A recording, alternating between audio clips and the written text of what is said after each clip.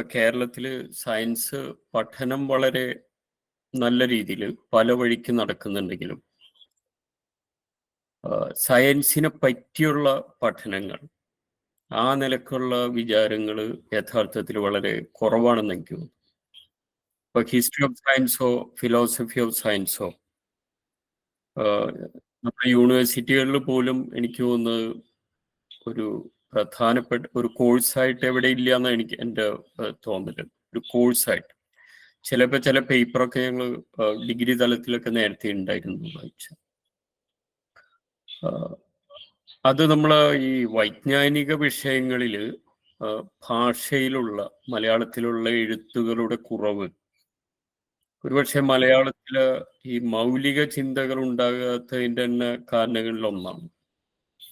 വളരെ അപൂർവ ആൾക്കാരാണ് നമുക്ക് അങ്ങനെയുള്ളത്. ഇപ്പൊ സയൻസിനെ പറ്റിയിട്ട് ഇപ്പൊ എന്താണ് സയൻസ് എന്നുള്ള നിലക്ക്, സയൻസ് അതിനെ പറ്റിയുള്ള ചിന്ത എന്ന നിലക്ക് എനിക്ക് തോന്നുന്നു വളരെ ഗൗരവമായിട്ട് ഇടപെടുന്ന 4-5 പേരാണ് മലയാളത്തിൽ എഴുത്തിൽ എൻ്റെ ഒരു വായനയിൽ കണ്ടിട്ടുള്ളത്. ഒന്ന് നിസാർ അഹമ്മദാണ്.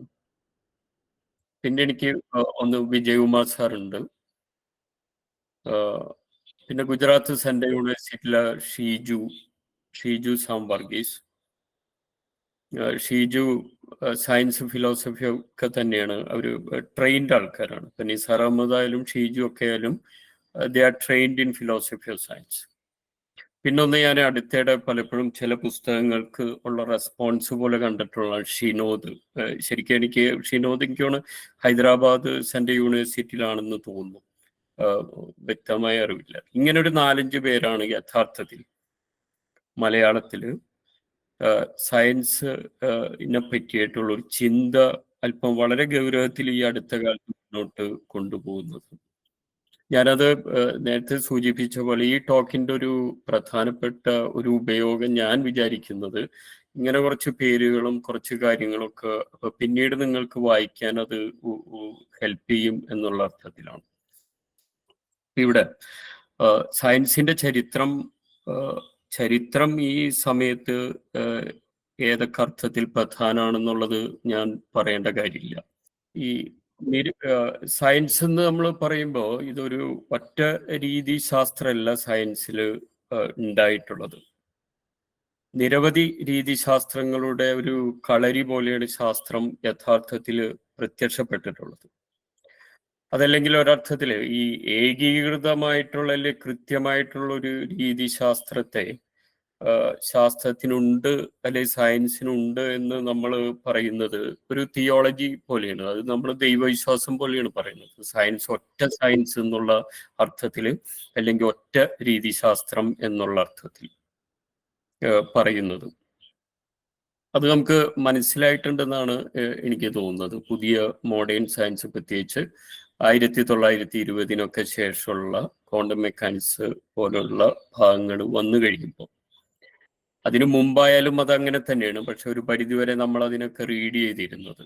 ആ ഒരു പോയിന്റാണ് എനിക്ക് പറയാനുള്ളത്. പലതരം രീതിശാസ്ത്രങ്ങൾ. അപ്പൊ നമ്മൾ ഈ ചരിത്രത്തിനെ പറ്റി പറയുമ്പോൾ ഈ ഒരു വാചകം പലപ്പോഴും അത്രയും കോട്ട് ചെയ്യപ്പെട്ടിട്ടുള്ള ഒരു വാചകം, പക്ഷേ ഇപ്പോഴത്തെ ഒരു ഇന്ത്യൻ സാഹചര്യത്തിൽ അത് വളരെ പ്രധാനമായിട്ട് തോന്നുന്നു. വാൾട്ടർ ബെന്യാമിൻ 1942 നാസി പീരീഡിൽ ഒരു ജൂതനായിരുന്നു. നാസികൾ പിടിക്കുമെന്ന് ഭയന്ന് ആത്മഹത്യ ചെയ്യുകയും ഈ സമയം പിന്നീട് വാൾട്ടർ ബെന്യാമിൻ്റെ വർക്കുകളാണ് ഒരുപക്ഷെ കൾച്ചറൽ സ്റ്റഡീസിലും മനുഷ്യന്റെ ചിന്തയുടെ തന്നെ വലിയ ഭാഗമായിട്ട് മാറുന്നത്. ബെന്യാമിൻ ചരിത്രത്തിനെ പറ്റി ഒരുപാട് പറഞ്ഞിട്ടുണ്ട്. അതിലൊരു കോട്ടാണ് ഞാൻ ഈ പറഞ്ഞത്. ഭൂതകാലത്തിന്റെ ചരിത്രപരമായ ആവിഷ്കാരം, to articulate the past historically. ഭൂതകാലത്തിന്റെ ചരിത്രപരമായ ആവിഷ്കാരം അത് യഥാർത്ഥത്തിൽ എങ്ങനെയായിരുന്നു എന്ന കണ്ടെത്തലല്ല. ഭൂതകാലത്തിന്റെ ചരിത്രപരമായ ആവിഷ്കാരം അത് യഥാർത്ഥത്തിൽ എങ്ങനെയായിരുന്നു എന്ന് കണ്ടെത്തലല്ല. നമ്മുടെ ചരിത്രം എന്ന് പറയുന്നത് ഒരു ക്രമത്തിൽ ഓരോ ദിവസവും എന്തൊക്കെ സംഭവിച്ചു എന്ന് രേഖപ്പെടുത്തലല്ല, മറിച്ച് ഘോരമായ ഒരു ആപത്തിന്റെ നിമിഷത്തിൽ മിന്നിമറയുന്ന ഒരു ഓർമ്മയെ കയ്യെത്തിപ്പിടിക്കലാണ്.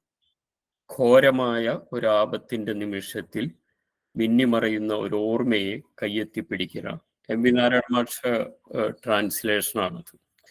ഇറ്റ് മീൻസ് ടു സീസ് hold of A memory as it flashes up at A moment of danger. അത്തരമൊരു അപകടാവസ്ഥയിലാണ് നമ്മൾ കടന്നു പോകുന്നത് എന്നുള്ളത് ഇവിടെ ആർക്കും നമുക്കെല്ലാവർക്കും അറിയുന്ന ഒരു കാര്യം. അതുകൊണ്ടാണ് നമ്മൾ ഈ ഹിസ്റ്റോറിസൈസ് ചെയ്യുക എന്തുമാത്രം പ്രധാനമാണെന്ന് അറിയുന്നത്. ബെന്യാമിൻ തന്നെ ഇതിൻ്റെ തുടർച്ചയിൽ ഇത് ഫിലോസഫി ഓഫ് ഹിസ്റ്ററി എന്ന് പറയുന്ന ഒരു ചെറിയ പുസ്തകത്തിൻ്റെ, ഇപ്പം അത് മലയാളത്തിൽ വന്നിട്ടുണ്ട്, അതിൽ 9ാം ഖണ്ഡത്തിൽ ഇതിനോട് തുടർന്ന് തന്നെ പറയുന്ന ഒരു വാചകം കൂടി ചിലപ്പോൾ പ്രധാനമാണ്. ശത്രു വിജയിച്ചാൽ മരിച്ചവർ പോലും അവനിൽ നിന്ന് സുരക്ഷിതരല്ല. ശത്രു വിജയിച്ചാൽ മരിച്ചവർ പോലും അവനിൽ നിന്ന് സുരക്ഷിതരല്ല എന്നുറച്ചു വിശ്വസിക്കുന്ന ഒരു ചരിത്രകാരനു മാത്രമേ ഭൂതകാലത്തിൽ നിന്നുയരുന്ന പ്രത്യാശയുടെ ചെറു തീപ്പൊരികളെ വീശിയുയർത്താൻ കഴിയൂ. ശത്രു വിജയിച്ചാൽ മരിച്ചവർ പോലും അവനിൽ നിന്നും സുരക്ഷിതരല്ല എന്നുറച്ചു വിശ്വസിക്കുന്ന ഒരു ചരിത്രകാരന് മാത്രമേ ഭൂതകാലത്തിൽ നിന്നുയരുന്ന പ്രത്യാശയുടെ ചെറു തീപ്പൊരികളെ വീശിയുയർത്താൻ കഴിയൂ. ഇതൊരു ഭംഗിവാക്ക് പോലെ പറയേണ്ട ഒരു കാര്യമല്ല. അങ്ങനെ ഇരിക്കുന്ന ആൾക്കാരല്ല ഇത് കേൾക്കുന്നവരും എന്ന് എനിക്കറിയാം. പക്ഷേ ചില ടെസ്റ്റുകൾ ചിലപ്പോൾ ചില സാഹചര്യങ്ങളിലാണല്ലോ വലിയ ഈ ബെന്യാമിൻ ഹിസ്റ്ററിനെ പറ്റി പറയുന്ന അതേപോലെ തന്നെയാണ് ബെന്യാമിൻ്റെ സ്റ്റേറ്റ്മെന്റുകൾ ഒരുപക്ഷെ നമ്മളിപ്പോൾ വായിക്കുന്നത്. ആധുനിക ശാസ്ത്രത്തിന്റെ ഇപ്പോൾ രീതിശാസ്ത്രത്തെ കുറിച്ച് പറയുമ്പോൾ നമുക്ക് പ്ലേറ്റോ, അരിസ്റ്റോട്ടിൽ നിന്ന് തന്നെ തുടങ്ങേണ്ടി വരും. അങ്ങനെ തുടങ്ങുന്നത് ഒരു യൂറോ സെൻട്രിക് ആയിട്ടുള്ള ഒരു കാര്യമാണെന്ന്, അല്ലെങ്കിൽ യൂറോപ്പിൽ മാത്രമേ, അവിടെ നിന്ന് മാത്രമാണ് സയൻസ് ഒക്കെ ഉണ്ടായതെന്നുള്ള ഒരു മുൻവിധിയിൽ നിന്ന് ആണെന്നുള്ള ഒരു വിമർശനം നമുക്ക് ഉന്നയിക്കാം. അത് പക്ഷെ ഇന്നിപ്പോൾ വളരെ വ്യക്തമാണ്. കേരളത്തിൽ പോലും നമ്മൾ ഏതൊക്കെ അർത്ഥത്തിൽ ഏഷ്യയിൽ അല്ലെങ്കിൽ മിഡിൽ ഈസ്റ്റിൽ നിന്ന്, കേരളത്തിൽ നിന്ന് സയൻസിൽ, മാത്സിലായാലും ആസ്ട്രോണമിയിലായാലും എന്ത് തരം കോൺട്രിബ്യൂഷൻ നടത്തിയിട്ടുണ്ടെന്നുള്ളത് ഇന്ന് ലോകം മുഴുവൻ രേഖപ്പെടുത്തി കഴിഞ്ഞൊരു കാലമാണ്. അതവിടെ നിൽക്കുന്നുണ്ട്. എന്നിരുന്നാലും സയൻസിൻ്റെ ഒരു രീതി നമ്മൾ പറയുന്ന ഒരു സമയത്ത് നമുക്ക് ഒരുപക്ഷെ പ്ലേറ്റോന്ന് തന്നെ തുടങ്ങേണ്ടി വരും. പ്ലേറ്റോ അരിസ്റ്റോട്ടിലും, അതിൽ വളരെ ചുരുക്കി പറഞ്ഞു കഴിഞ്ഞാൽ അരിസ്റ്റോട്ടിൽ പറഞ്ഞത് എന്താ, നമ്മളെ അനുഭവത്തിൽ നിന്ന് അല്ലെങ്കിൽ ഇന്ദ്രിയങ്ങൾ ഉപയോഗിച്ചുള്ള അനുഭവത്തെ ജ്ഞാനം ആർജിക്കുന്നതിനുള്ള പ്രധാനപ്പെട്ട മാർഗമായി കണ്ടു. അതായത് അരിസ്റ്റോട്ടിലെ അനുഭവങ്ങൾ, മനുഷ്യന്റെ ഇപ്പോൾ ഒരു പദാർത്ഥത്തിനെ പറ്റി നമ്മൾ പറയുമ്പോൾ അതിന് മണമുണ്ട്, നിറമുണ്ട്, അത്തരം മനുഷ്യന് നേരിട്ട് അനുഭവിക്കാവുന്ന കാര്യങ്ങളെ വെച്ചിട്ടാണ്, അതാണ് അറിവിനുള്ള മാർഗം ആണ് പ്ലേറ്റോയുടെ ശിഷ്യനായിട്ടുള്ള അരിസ്റ്റോട്ടിൽ പറഞ്ഞത്. പക്ഷെ പ്ലേറ്റോ പറഞ്ഞത് അതല്ല. ഈ ഇന്ദ്രിയാനുഭവങ്ങളുടെ ലോകത്തെ പ്ലേറ്റോ അവിശ്വസിക്കുകയാണ് ചെയ്തത്. അതായത് നമ്മൾ കണ്ണോ മൂക്കോ ത്വക്കൊക്കെ ഉപയോഗിച്ച് കണ്ടെത്തുന്നതിന് അവിശ്വസിക്കുകയാണ് ചെയ്തത്. നമ്മുടെ ബുദ്ധിക്ക് പ്രാപ്തമാകുന്ന മാറ്റമില്ലാത്ത രൂപങ്ങളുടെ മറ്റൊരു ലോകത്തെ പ്ലേറ്റോ വിഭാവനം ചെയ്തു. പ്ലേറ്റോ പറഞ്ഞത് എന്താ, ഇപ്പോ രേഖ, വൃത്തം, ഗോളം, ഇത്തരം ഐഡിയലായിട്ടുള്ള ആദർശപരമായിട്ടുള്ള രൂപങ്ങളോ സാധനങ്ങളോ ഉണ്ടാക്കിയിട്ടാണ് നമ്മൾ അറിവിലേക്ക് കടക്കുന്നത്. അതായത് യഥാർത്ഥത്തിലുള്ള ഒരു കസേരയേക്കാണ് യഥാർത്ഥമാണ് കസേരയെ പറ്റിയുള്ള ആശയം. അതാണ് നമ്മൾ പ്ലാറ്റോണിക് എന്നൊക്കെ നമ്മൾ പറയുന്നതിൻ്റെ ഒരു അർത്ഥം തന്നെ അതാണ്, നമ്മൾ ഉപയോഗിക്കുന്നതാണല്ലോ സാധാരണ. അപ്പൊ അത് നമ്മുടെ ബുദ്ധിക്ക് നേരിട്ട് പ്രാപ്തമാകുന്ന സാധനങ്ങളല്ല അത്. ഒരർത്ഥത്തിൽ പറഞ്ഞാൽ. ഇപ്പോൾ മാത്സ് ഒരർത്ഥത്തിൽ അങ്ങനെയാണല്ലോ, മാത്സ് യഥാർത്ഥത്തിൽ അങ്ങനെയാണ്. നമ്മളിപ്പോൾ ഈ പല സാധനങ്ങളെയും, അതിവിടെ വേണമെങ്കിൽ പറയാം, പല സാധനങ്ങളെയും നമ്മൾ മാത്തമെറ്റിക്കലായിട്ട് മാത്സിൻ്റെ ഉള്ളിൽ കൂടെ നമ്മൾ റെപ്രസെന്റ് ചെയ്യുമ്പോൾ, വേണമെങ്കിൽ നമുക്കൊരു കസേരനെ അല്ലെങ്കിൽ ഒരു ആറ്റത്തിനെ നമുക്ക് വളരെ, ഒരു ഇലക്ട്രോണ് പ്യുവർലി മാത്തമെറ്റിക്കലായിട്ട് നമുക്ക് റെപ്രസെന്റ് ചെയ്യാം. ഒരു മെട്രിക്സ് വഴിക്കോ ചില ഇക്വേഷൻസ് വഴിക്കോ ഒക്കെ നിങ്ങൾക്ക് അതിന് നമുക്ക് രേഖപ്പെടുത്താം, റെപ്രസെന്റ് ചെയ്യാം. നമ്മൾ സാധാരണ അതിൻ്റെ കണക്കുകൂട്ടലുകളിൽ നമ്മൾ ചെയ്യുന്ന അങ്ങനെ തന്നെയാണ്. അപ്പൊ അവിടെ നമ്മൾ ഉപയോഗിക്കുന്നത് അതിന് ഒരു ആദർശപരമായിട്ടുള്ള വേറൊരു തരത്തിലുള്ള യാഥാർത്ഥ്യമായിട്ടാണ് നമ്മൾ ഉപയോഗിക്കുന്നത്. അതിനെയാണ് പ്ലാറ്റോ സപ്പോർട്ട് ചെയ്തത്. അതല്ലാതെ പ്ലാറ്റോയുടെ ഇത് പിന്നീട് നമ്മൾ സയൻസിനെ പറ്റിയുള്ള എല്ലാ ചർച്ചകളിൽ ഇത് തുടരുന്നുണ്ട്. അതായത് ഈ ഒരു ഡിസ്കഷൻ മനുഷ്യന്റെ നേരിട്ട് ഉള്ള അനുഭവമാണോ സത്യം വസ്തുക്കളെ പറ്റിയിട്ട്, അഥവാ വസ്തുവിനെ പറ്റിയിട്ട് നമ്മൾ ഇൻഡയറക്റ്റ് ആയിട്ട് നമ്മൾ മാത്സിൻ്റെ ഉള്ളിൽ കൂടെയോ വേറൊരു തരത്തിലൂടെ അതിനെ രേഖപ്പെടുത്തുന്നതാണോ യാഥാർത്ഥ്യം അല്ലെങ്കിൽ അറിവ് എന്നുള്ളത്. അപ്പൊ അത് പ്രധാനപ്പെട്ട, എനിക്ക് തോന്നുന്നത് സയൻസിൽ ഇപ്പോഴും നമ്മളത് ഡിസ്കസ് ചെയ്യുന്നുണ്ടെന്നുള്ളതാണ്. ഇതൊക്കെ പ്ലാറ്റോയുടെയും അരിസ്റ്റോട്ടിലിന്റെയും കാലത്ത് തുടരുന്ന ഒരു ചർച്ച ഇപ്പോഴും എനിക്ക് തോന്നുന്നത് ഇപ്പോഴും അത് തുടരുന്നുണ്ട്. ഇപ്പൊ സയൻസ് ഫിലോസഫിയിൽ നമ്മൾ വായിച്ചു നോക്കിക്കഴിഞ്ഞാൽ ഈ ഒരു കാര്യം ഇപ്പോഴും ഡിസ്കസ് ചെയ്യുന്നുണ്ട്. അപ്പൊ അവിടെയാണ് ഇപ്പൊ തിയറി ഓഫ് എവരിത്തിങ് എന്ന് പറയുന്നത് വളരെ ഐഡിയൽ ആയിട്ടുള്ള, അതായത് മൊത്തം പ്രപഞ്ചത്തിന് നിങ്ങൾ ഒറ്റൊരു ഇക്വേഷൻ ഉണ്ടാക്കും എന്ന് നമ്മൾ പറയുന്നത് എന്തുമാത്രം ശരിയാവും. ഒരുപാട് കാലം ഇത് പറയുന്നു, ഉണ്ടാവില്ല എന്നല്ല ഞാൻ പറയുന്നത്. പക്ഷെ ഒരു തരത്തിൽ പറഞ്ഞ ഉണ്ടാവില്ല എന്ന് തന്നെ വേണം നമുക്ക് പ്രകൃതിയെ പറ്റിയുള്ള ഇപ്പോഴുള്ള അറിവ് വെച്ച് അനുമാനിക്കാൻ.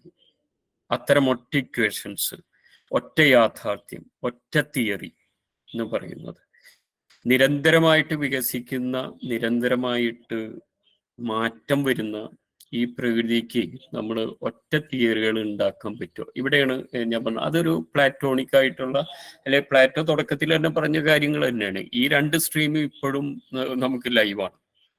അപ്പൊ അവിടെ പ്ലാറ്റോ ചെയ്തത്, പ്ലാറ്റോ ഒരു വിചിന്തനാത്മക യുക്തി അല്ലെങ്കിൽ ലോജിക്കാണ് പ്ലാറ്റോയുടെ ടൂളായിരുന്നത്. മറിച്ച് അരിസ്റ്റോട്ടിൽ ചെയ്തത് എന്താ? ഈ നിരീക്ഷണങ്ങളിൽ അധിഷ്ഠിതമായ അനുഭവങ്ങൾ, ഒബ്സർവേഷൻസ്, അതിനെയാണ് പിന്നെ അരിസ്റ്റോട്ടിൽ ബിലീവ് ചെയ്തത്. അപ്പൊ ഞാൻ പറഞ്ഞതിൽ രണ്ട് സ്ട്രീമുണ്ട്. ഒന്ന് ലോജിക്കും, രണ്ട് മനുഷ്യന്റെ നേരിട്ടുള്ള അനുഭവം. ഇത് സയൻസിന്റെ തുടക്കത്തിൽ തന്നെയുള്ള രണ്ട് വഴികളാണ്. ഇവിടെ വേറൊന്ന് നമുക്ക് പറയാവുന്ന രണ്ട് പ്രധാനപ്പെട്ട ഇതാണ് ഈ പറയുന്ന, ശരിക്കും പറഞ്ഞു കഴിഞ്ഞാൽ നമ്മൾ എംപിരിക്കൽ, ഈ അനുഭവികവാദത്തിന്റെ തന്നെ രണ്ട് വഴികളാണ് ഇത്. ഇൻഡക്റ്റീവ് മെത്തേഡും ഡിഡക്റ്റീവ് മെത്തേഡും. ഞാൻ അതിൻ്റെ ഒരു ഉദാഹരണമല്ല, മനസ്സിലാവാനുള്ളതാണ്. ഈ ഇൻഡക്ഷൻ എന്ന് പറയുന്നത്, ഇപ്പൊ നമ്മൾ ചില കാര്യങ്ങൾ, ചില ഒബ്സർവേഷൻസ് ഉണ്ടാക്കുന്നു, ചില മെഷർമെന്റ് ചെയ്യുന്നു, അങ്ങനെ പലതരം കാര്യങ്ങൾ ചെയ്തിട്ട് പിന്നെ അവസാനം ഒരു സിദ്ധാന്തം രൂപീകരിക്കുന്നു. അതായത് ഒരു പിരമിഡിന്റെ മുകളിലേക്ക് നമ്മൾ കയറി പോകുന്നത്, അതാണ് ഇൻഡക്ഷൻ. ഇപ്പോൾ ഫ്രാൻസിസ് ബേക്കണൊക്കെ സപ്പോർട്ട് ചെയ്തത് ഈ ഇൻഡക്റ്റീവ് മെത്തേഡാണ്. ഒരു പിരമിഡിന്റെ മുകളിലേക്ക് ഒബ്സർവേഷൻസ് കഴിഞ്ഞ് നമ്മൾ മെഷർമെന്റ് എടുക്കുന്നു, അതിനെപ്പറ്റി നമ്മൾ ചിന്തിക്കുന്നു, നമ്മളൊരു തിയറി ഉണ്ടാക്കുന്നു. ഈ ഡിഡക്ഷൻ വരുന്നത് വേറൊരു മെത്തേഡാണ്.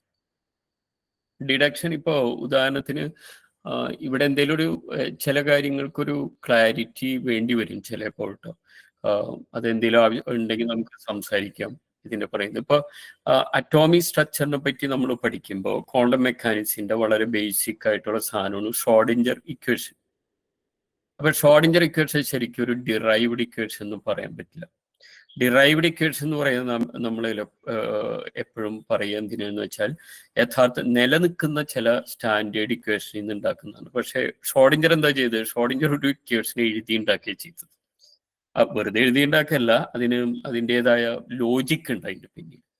ആ ഇക്വേഷൻ ഉണ്ടാക്കിയിട്ട് പിന്നെ അത് കാര്യങ്ങളിൽ അപ്ലൈ ചെയ്ത്, ഇത് സിദ്ധാന്തം ഉണ്ടാക്കിയിട്ട് പിന്നെ അപ്ലൈ ചെയ്യുക, പിന്നെ ഒബ്സർവേഷൻസ് നോക്കുക, നേരെ തല തിരിച്ചിട്ടാണ്. ഒരർത്ഥത്തിൽ ദെക്കാർത്തെ ചെയ്തത് ആ തരത്തിലാണ് തുടക്കത്തിൽ. ഇപ്പൊ ജോമെട്രി ഉണ്ടാക്കുന്നു, ദെക്കാർത്തെ അത് പറഞ്ഞത്. ഇപ്പൊ യൂക്ലിഡിയൻ ജോമെട്രി ഉണ്ടാക്കുന്നു, നിങ്ങൾ ഒരു ആക്സിയംസ് ഉണ്ടാക്കുന്നു, ചില നിയമങ്ങൾ ഉണ്ടാക്കുന്നു, അത് എന്നിട്ട് നിങ്ങൾ കാര്യങ്ങൾ അനലൈസ് ചെയ്യുന്നു. ഇതാണ് ഈ ഇൻഡക്ഷനും ഡിഡക്ഷനും തമ്മിലുള്ള മെത്തേഡ്.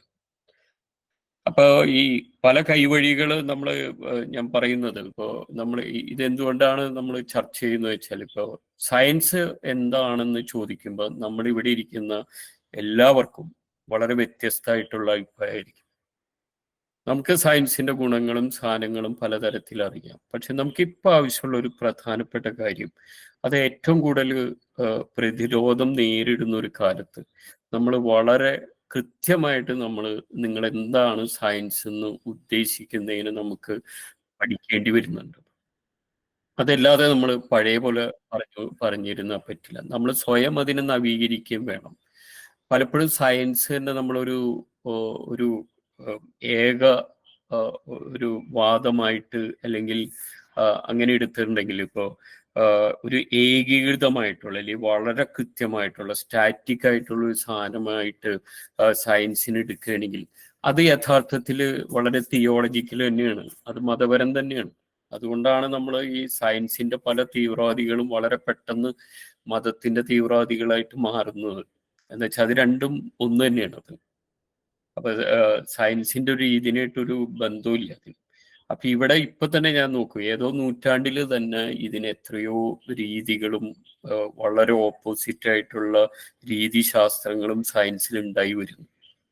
അപ്പൊ നമ്മൾ ഒരു സാധനം സയന്റിഫിക് ആണെന്ന് പറയുമ്പോൾ അത് വളരെ സങ്കീർണമായിട്ടുള്ളൊരു സ്റ്റേറ്റ്മെന്റ് ആണത്. നമ്മൾ വളരെയധികം ആലോചിക്കേണ്ടിയിരിക്കുന്നു. ഇത് ഈ പറയുന്ന വാചകത്തിന് നമ്മൾ ഈ സയന്റിഫിക് ആണെന്ന് എന്തിനാണ് ഉദ്ദേശിച്ചത്? ഓക്കെ, അപ്പൊ അവിടെ ഇനി ഞാൻ പറയുന്നത്, ഇപ്പോൾ എന്താണ് സയൻസ് എന്ന് ചോദിക്കുമ്പോൾ കാൾ പോപ്പറാണ് ഒരു പ്രധാനപ്പെട്ട ഒരു നിർദ്ദേശം വന്നത്. അത് വേണമെങ്കിൽ ഫോൾസിഫിക്കേഷൻ, അസത്യവൽക്കരണം എന്ന് നമുക്ക് പറയാം. ഓക്കെ, അതായത് ഒരു തിയറി, ഒരു സിദ്ധാന്തം ഉണ്ടാക്കിയ ആ സിദ്ധാന്തം എത്ര ശരികള് അല്ലെങ്കിൽ എത്ര സ്ഥലത്ത് അത് ശരിയാകുന്നത് എന്നുള്ളത് ആ സിദ്ധാന്തം ശരിയാണെന്നുള്ളതിന് തെളിവല്ല. മറിച്ച് അതിനെ തെറ്റിക്കാൻ വരുന്ന സാധനങ്ങൾ, തെറ്റിക്കാൻ, ഇപ്പൊ ഞാൻ പറയുന്നത് ഇപ്പൊ ഈ ഫോൾസിഫൈ ചെയ്യാന്ന് പറയുന്നത്, ഇപ്പൊ എല്ലാ കൊക്കുകളും വെളുത്തതാണെന്ന് പറഞ്ഞു കഴിഞ്ഞാൽ അതൊരു സയന്റിഫിക് സ്റ്റേറ്റ്മെന്റ് ആണ്. എന്താ കാരണം എന്ന് വെച്ചാൽ, ഒരു കറുത്ത കൊക്കിനെ കണ്ടു കഴിഞ്ഞാൽ നമ്മൾ ആദ്യം പറഞ്ഞ സ്റ്റേറ്റ്മെന്റ് തെറ്റിക്കോളും. അങ്ങനെ തെറ്റാനുള്ള ഒരു സാധ്യത നിലനിർത്തുന്ന ഒരു അസത്യവൽക്കരണത്തിന് സാധ്യത നിലനിർത്തുന്ന സ്റ്റേറ്റ്മെന്റുകളെ നമ്മൾ സയൻസ് എന്ന് വിളിക്കുള്ളൂ എന്നാണ് കാൾ പോപ്പർ പറഞ്ഞത്. അങ്ങനത്തെ ഒരു സാധ്യത വേണം. നിങ്ങൾക്ക് അസത്യവൽക്കരിക്കാനുള്ള ഒരു ടെസ്റ്റ് ചെയ്യാനുള്ള ഒരു സാധ്യത ഉണ്ടെങ്കിൽ മാത്രമേ അത് സയന്റിഫിക് സ്റ്റേറ്റ്മെന്റ് ആവുള്ളൂ. ആ അർത്ഥത്തിൽ പോപ്പർ വളരെ വിവാദപരമായിട്ടുള്ള, അന്നും ഇന്നും വിവാദപരമായിട്ടുള്ള ചില സ്റ്റേറ്റ്മെന്റുകൾ പറഞ്ഞു. കമ്മ്യൂണിസം സയൻസ് അല്ല എന്ന് പോപ്പർ പറഞ്ഞു. സൈക്കോളജി സയൻസ് അല്ല എന്ന് പറഞ്ഞു. കാരണം എന്താ വെച്ചാൽ, കമ്മ്യൂണിസത്തിലെ ചില തിയറികൾ വെച്ചിട്ട് ശരിയാണ്. അതിൻ്റെ ഒരു പ്രധാനപ്പെട്ട ഒരു കാര്യം, കമ്മ്യൂണിസത്തിൽ നമ്മൾ ഓരോ സ്റ്റേജ് കഴിഞ്ഞ് അവസാനം സോഷ്യലിസത്തിലേക്ക് എല്ലാവർക്കും ഒരേപോലത്തെ ഒരു സ്ഥലത്തിലേക്ക് എത്തും എന്ന് പറയുകയും പിന്നീട് അത് തെറ്റുകയും ചെയ്യുക, എവിടെയെങ്കിലും തെറ്റി എന്ന് പറയുമ്പോൾ, അത് പ്രായോഗികമാകുമ്പോൾ തെറ്റി എന്ന് നമ്മൾ പറയുമ്പോൾ അതിൻ്റെ അർത്ഥം ഇത് സയൻസ് അല്ല എന്നുള്ളതാണ്. അവിടെ തെറ്റി എന്നുള്ളതാണ്. അങ്ങനെയാണെങ്കിൽ സയൻസ് അല്ല എന്നുള്ളതാണ് പറയുന്നത്. പക്ഷെ അതിനൊക്കെ പിന്നീട് ഒരുപാട് ഇവിടെ ഒരു പ്രശ്നമുള്ളത് എന്താ വെച്ചാൽ, അതല്ലെങ്കിൽ വേറൊരർത്ഥത്തിൽ അതിന് വ്യാഖ്യാനിക്കാൻ പറ്റുന്നത്, ചില കാര്യങ്ങൾ ശരിയാണെന്ന് കമ്മ്യൂണിസത്തിന്റെ ചില തിയറികൾ വെച്ച് പറയുമ്പോൾ വേറെ ചില ഭാഗങ്ങൾ വെച്ച് അതേ കാര്യങ്ങൾ തെറ്റാണെന്നും പറയാൻ പറ്റും എന്നാണ് പോപ്പർ വാദിച്ചത്. അപ്പൊ അങ്ങനെ വരുമ്പോൾ ഇത് ഒരു സയൻസ് അല്ല. സയൻസ് ആണെങ്കിൽ നിങ്ങൾ ചില കാര്യങ്ങൾ തെറ്റാണെന്നും അല്ലെങ്കിൽ അത്തരത്തിൽ കൃത്യമായിട്ട് പറയേണ്ടി വരും. അല്ലെങ്കിൽ ഒരു ഭാഗം വെച്ച് ശരിയാണെന്നും വേറൊരു ഭാഗം വെച്ച് തെറ്റാണെന്നും പറയാൻ പറ്റുന്ന സാധ്യത ഉണ്ടാവരുത് അതിൽ. അതാണ് പോപ്പറ ഒരു ഇതുണ്ടായിരുന്നു. പക്ഷെ ഇവിടെ ഒക്കെ നമുക്ക് കാണാവുന്ന ഒരു സാധനം, പോപ്പർ അടക്കം ഇത് പറയുമ്പോൾ എനിക്ക് തോന്നുന്നത് നേരത്തെ നമ്മൾ സൂചിപ്പിച്ച ഈ വളരെ കൃത്യമായിട്ടുള്ള ഒരു തിയറി, ഒരു ഒരു ഒറ്റ തിയറി സയൻസിന് ഉണ്ട് എന്നുള്ളൊരു ഒരു ഒരു മുൻവിധി, അല്ലെങ്കിൽ ഒരു ഏകീകൃതമായിട്ടുള്ള എല്ലാ സയൻസുകൾക്കും, എല്ലാ സ്ഥലത്തെയും എല്ലാ സയൻസിനും ഒരു ഏകീകൃതമായിട്ടുള്ള ഒരു തിയറി ഭാഗം അതിന്, അല്ലെങ്കിൽ ഒരുപോലെയുള്ളതാണെന്നുള്ള ഒരു മുൻവിധി പോപ്പറിന് ഉണ്ടെന്നുള്ളതാണ് നമ്മൾ റീഡ് ചെയ്യേണ്ടത്.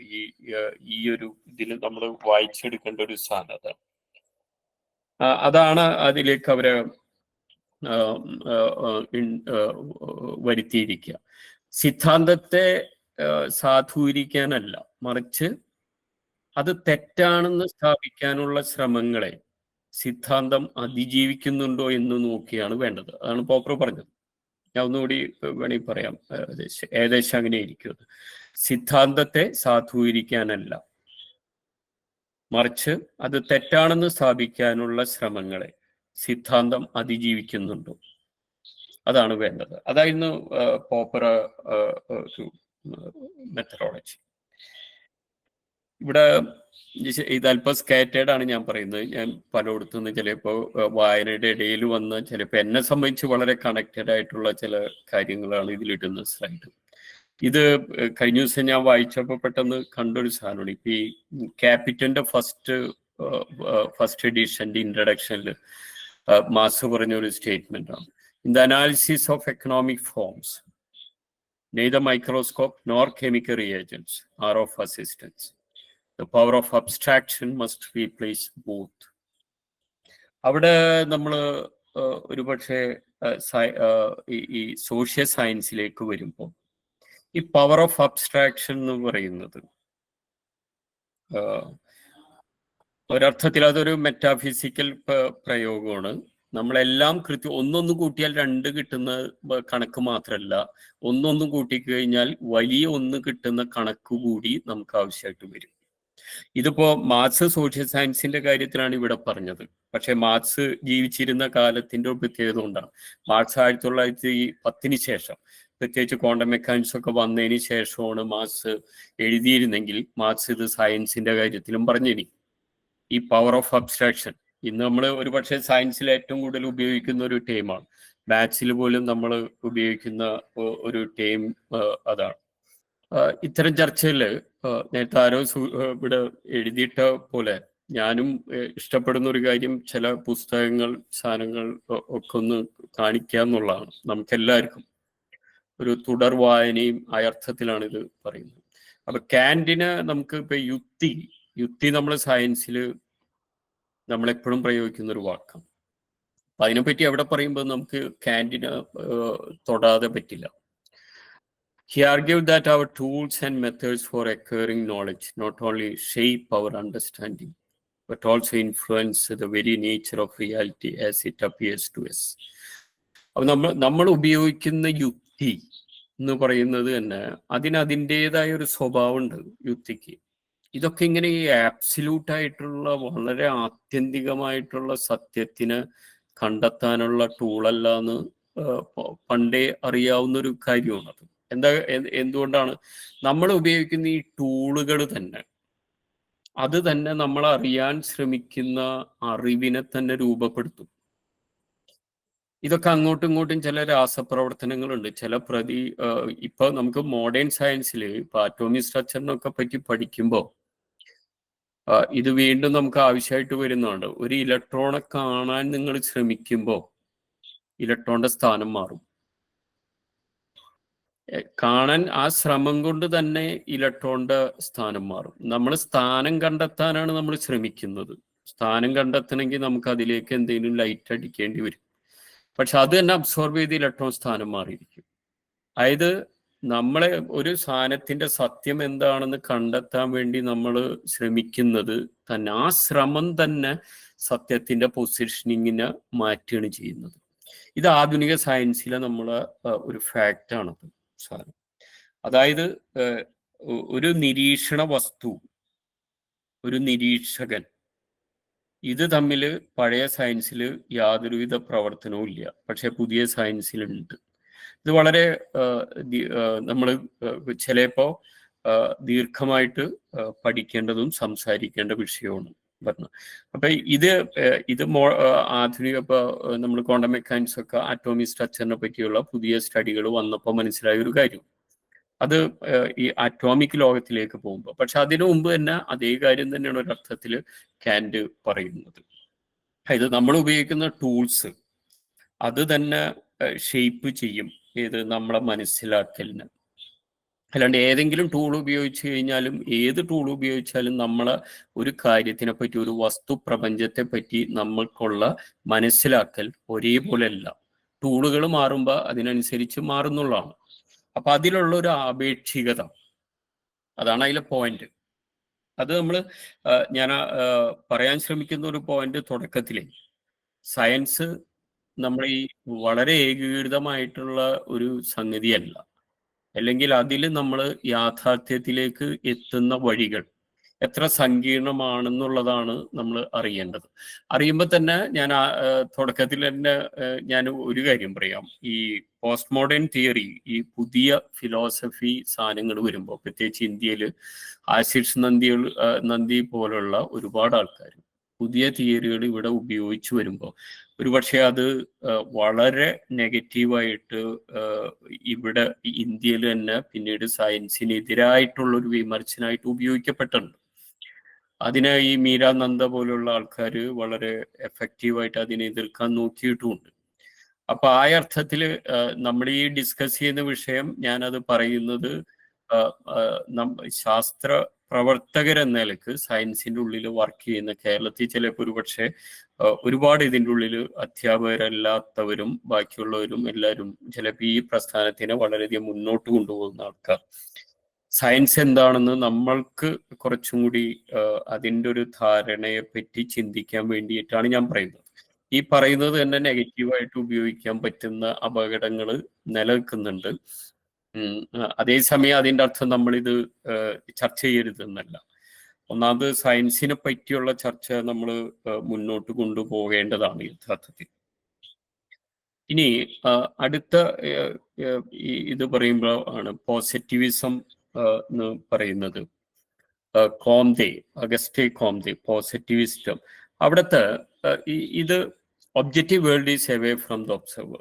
ഞാനിപ്പോൾ പറഞ്ഞത് 1900 ശേഷം അല്ലെങ്കിൽ 1920 ക്വാണ്ടം മെക്കാനിക്സ് വളരെ ശക്തമായിട്ട് വരുമ്പോഴാണ് ഈ നിരീക്ഷകനും നിരീക്ഷിത വസ്തുവും തമ്മിലുള്ള, അതായത് ഈ നിങ്ങൾ ആറ്റത്തിന്റെ ഘടനയിലേക്ക് വരുമ്പോൾ ഇലക്ട്രോണെ നമ്മൾ നോക്കിക്കഴിഞ്ഞാൽ ഇലക്ട്രോണ് മാറ്റം വരും. അതേസമയം നമ്മുടെ മുമ്പിൽ ഇരിക്കുന്ന ഒരു പുസ്തകത്തിനെ നോക്കിക്കഴിഞ്ഞാൽ ആ പുസ്തകത്തിനൊന്നും സംഭവിക്കില്ല.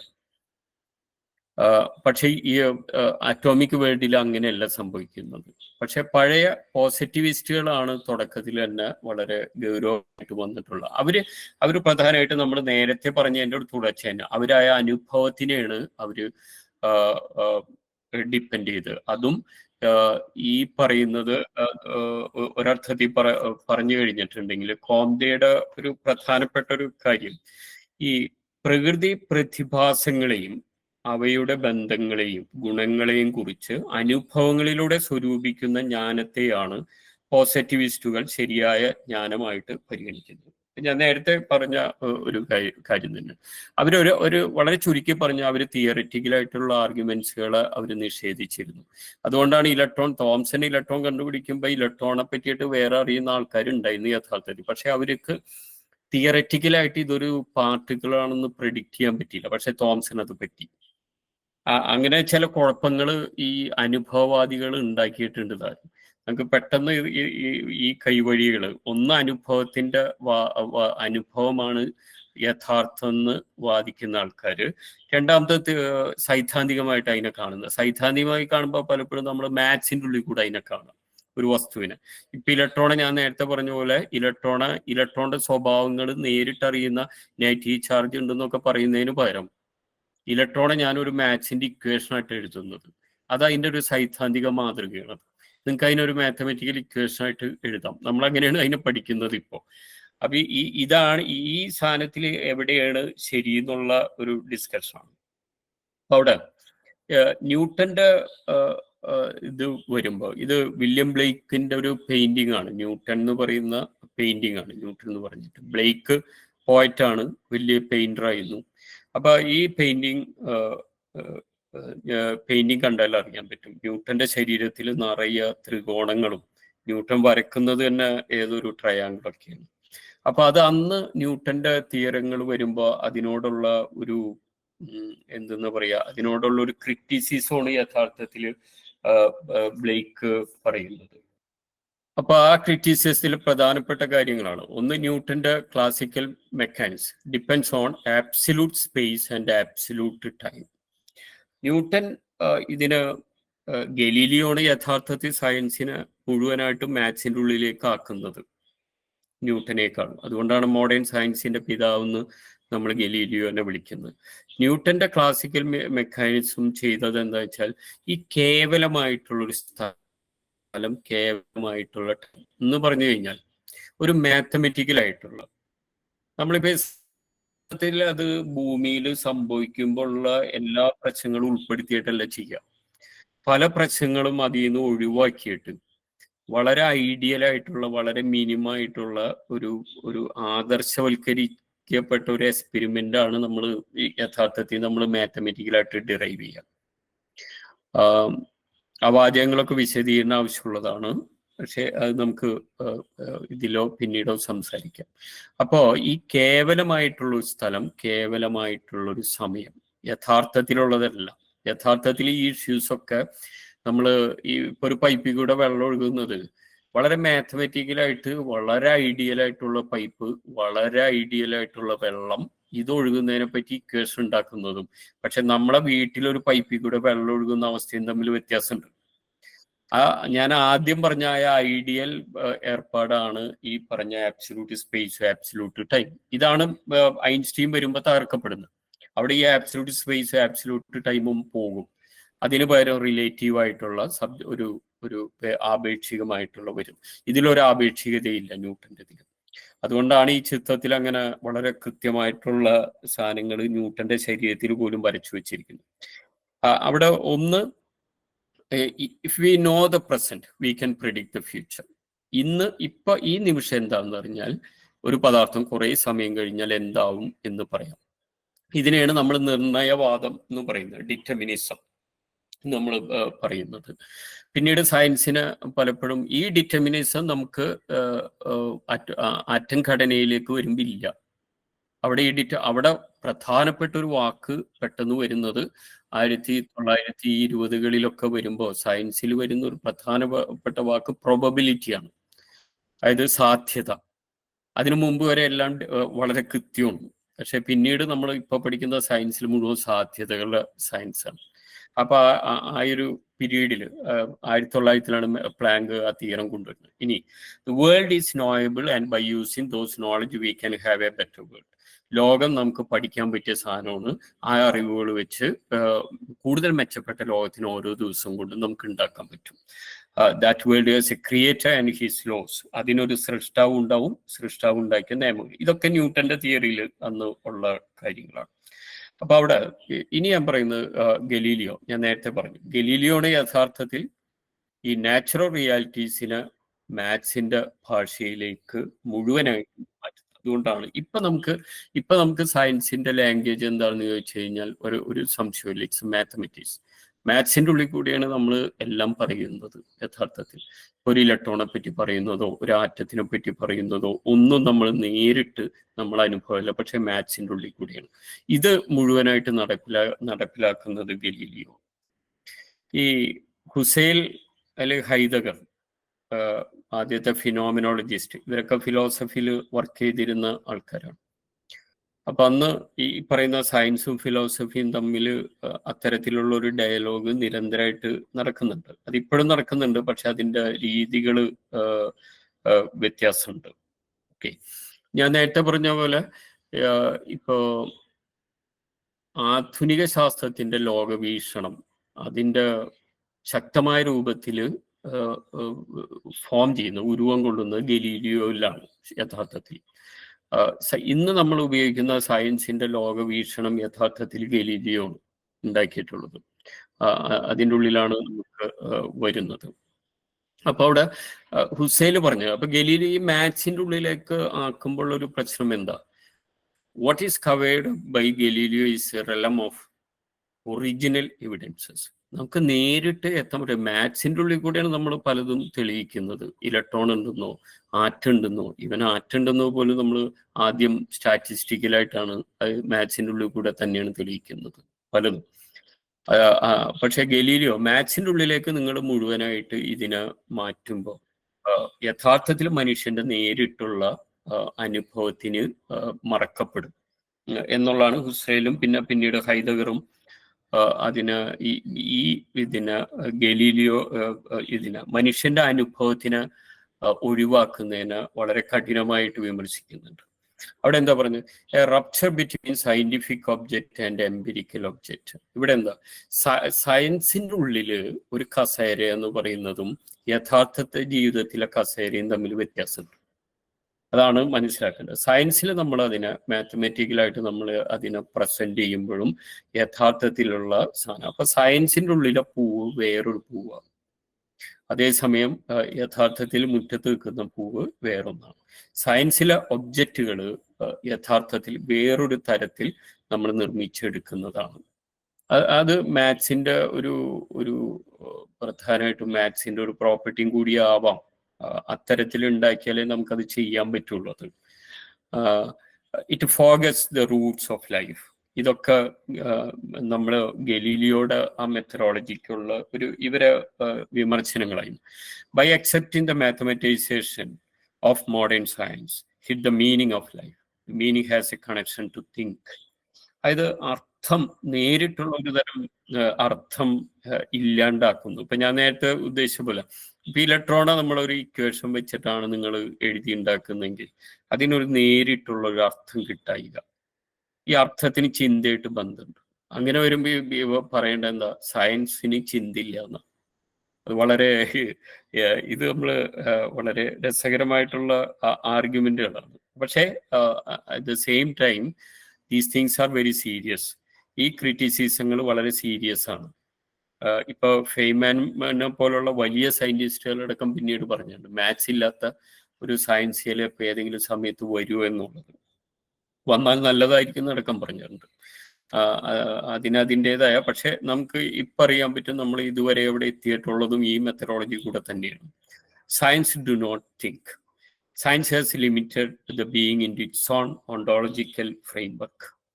അതിൻ്റെ ഒരു ഭാവപരമായിട്ടുള്ള മാത്സിന്റെ ഒരു ഫ്രെയിം വർക്കിലേക്ക് സയൻസിനെ ലിമിറ്റ് ചെയ്യുന്നുണ്ട്, പരിമിതപ്പെടുത്തുന്നുണ്ട്.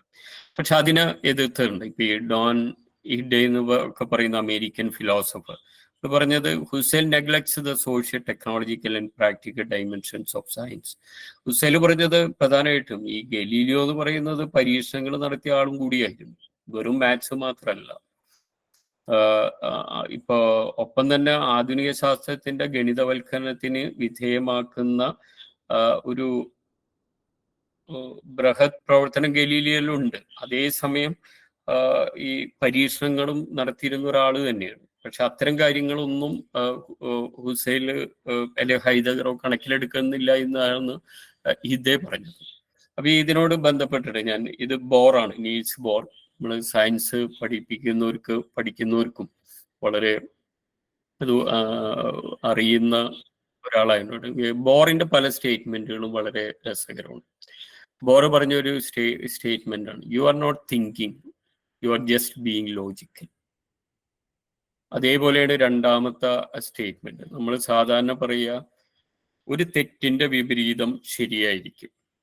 പക്ഷെ ബോർ പറഞ്ഞത് തെറ്റിന്റെ വിപരീതം ശരി തന്നെയാണ്, പക്ഷെ അഗാധമായിട്ടുള്ള ഒരു തെറ്റിന്റെ വിപരീതം, അഗാധമായിട്ടുള്ള ഒരു ശരിയുടെ വിപരീതം ഒരുപക്ഷെ അഗാധമായ വേറൊരു ശരിയായിരിക്കും എന്നുള്ളതാണ്. അത് ഒരു ഇൻസിഡന്റലായിട്ട് ഞാനത് വെച്ചിട്ടുണ്ട്. ഇതിനൊക്കെ ഒരു ചില തുടർച്ചകളുണ്ട് ഇവരിൽ പലതിലും. അപ്പൊ ഞാൻ നേരത്തെ പറഞ്ഞൊരു കാര്യം, 1927 സോൾവേ കോൺഫറൻസ്. അപ്പൊ ഞാൻ പലവട്ടം ഞാൻ സംസാരിക്കുന്നതിൻ്റെ ഇടയിൽ ഈ ഒരു പീരീഡ് വരുന്നുണ്ട്. പലതരത്തിലാണ് ഈ പീരീഡ് പ്രശ്നഭരിതമാകുന്നത്. ഒന്നാം ലോക മഹായുദ്ധം കഴിഞ്ഞു, രണ്ടാം ലോക മഹായുദ്ധത്തിന്റെ വരുന്നു.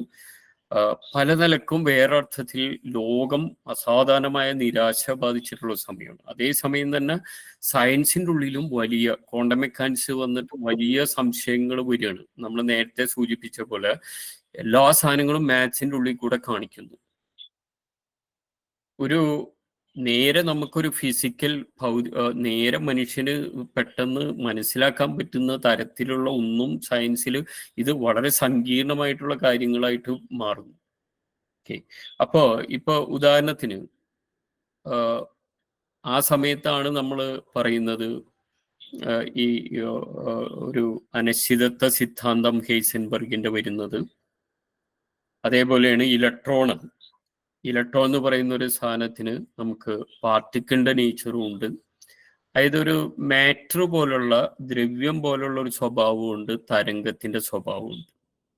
ഇങ്ങനെ പലതരം ഒരേ സമയം നിലനിൽക്കുന്ന പലതരം സത്യങ്ങൾ. അല്ലാണ്ട് അതുവരെ ഉണ്ടായിരുന്നത് നമുക്ക് ഒറ്റ സത്യം ഉണ്ടായിരുന്നുള്ളൂ. പിന്നെ ഈ സമയമാകുമ്പോൾ നമ്മൾ പറയുന്നത് ഒരു കാര്യത്തിനെ പറ്റി പല കാര്യങ്ങളാണ്, പല സത്യങ്ങളാണ്. അല്ലാണ്ട് ഒറ്റൊരു ഏകരൂപമായിട്ടല്ല വരുന്നത്.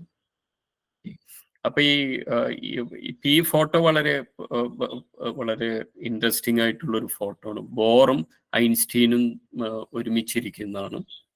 ആ സമയത്ത് ഇവർ രണ്ടാളും തന്നെയാണ് ക്വാണ്ടം മെക്കാനിക്സിന്റെ ചരിത്രം തുടങ്ങുന്നത്. പക്ഷെ അതിൽ പിന്നീട് വരുന്ന പല തീരങ്ങൾക്കും എതിരെന്നല്ല, അത് ഐൻസ്റ്റീനെ സംബന്ധിച്ച് അത് കൺവിൻസിങ് ആയിരുന്നില്ല. ഐൻസ്റ്റീനെ സംബന്ധിച്ച് ഒരർത്ഥത്തിൽ പറഞ്ഞാൽ കാര്യങ്ങൾക്ക് ഒരു വ്യക്തത വേണം.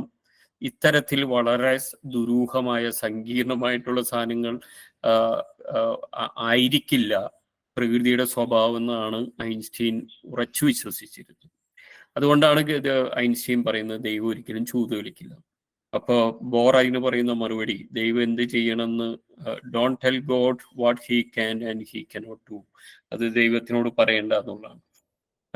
ഇത് ഒരു വിപരീത സംഭാഷണമല്ല. യഥാർത്ഥത്തിൽ ഇവരൊക്കെ വളരെ ആഴത്തിൽ ഇതിന്റെ പ്രശ്നങ്ങളെ പരിഹരിക്കാൻ വേണ്ടി നിരന്തരമായിട്ട് വർക്ക് ചെയ്തിട്ടുള്ള ആൾക്കാരാണ്.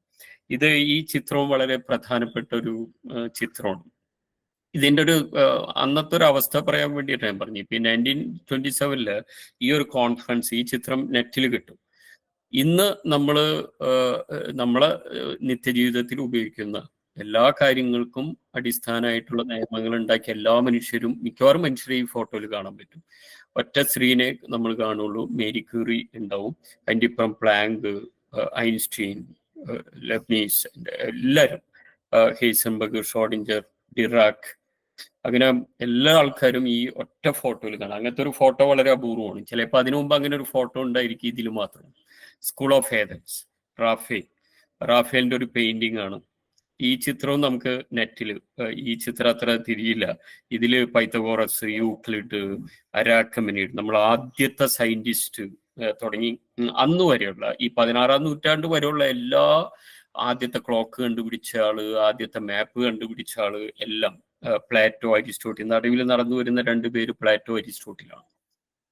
ഇത് നെറ്റിലുണ്ട്. ഇതിനെപ്പറ്റി വായിക്കുന്നത് രസമായിരിക്കും. ഈ രണ്ട് ചിത്രവും വളരെ കാര്യമായിട്ടുള്ള രണ്ട് ചിത്രങ്ങൾ. ഓക്കെ, ഇനി ഏൺസ്റ്റ് മാഖിന്റെ ഒരു ഇത് ഐൻസ്റ്റീനെ വലിയ തരത്തിൽ ഇൻഫ്ലുവൻസ് ചെയ്തതാണ്. His critic of Newtonian ideas of absolute space and time were an inspiration to the young Einstein, who credited Mach as being the philosophical forerunner of relativity theory.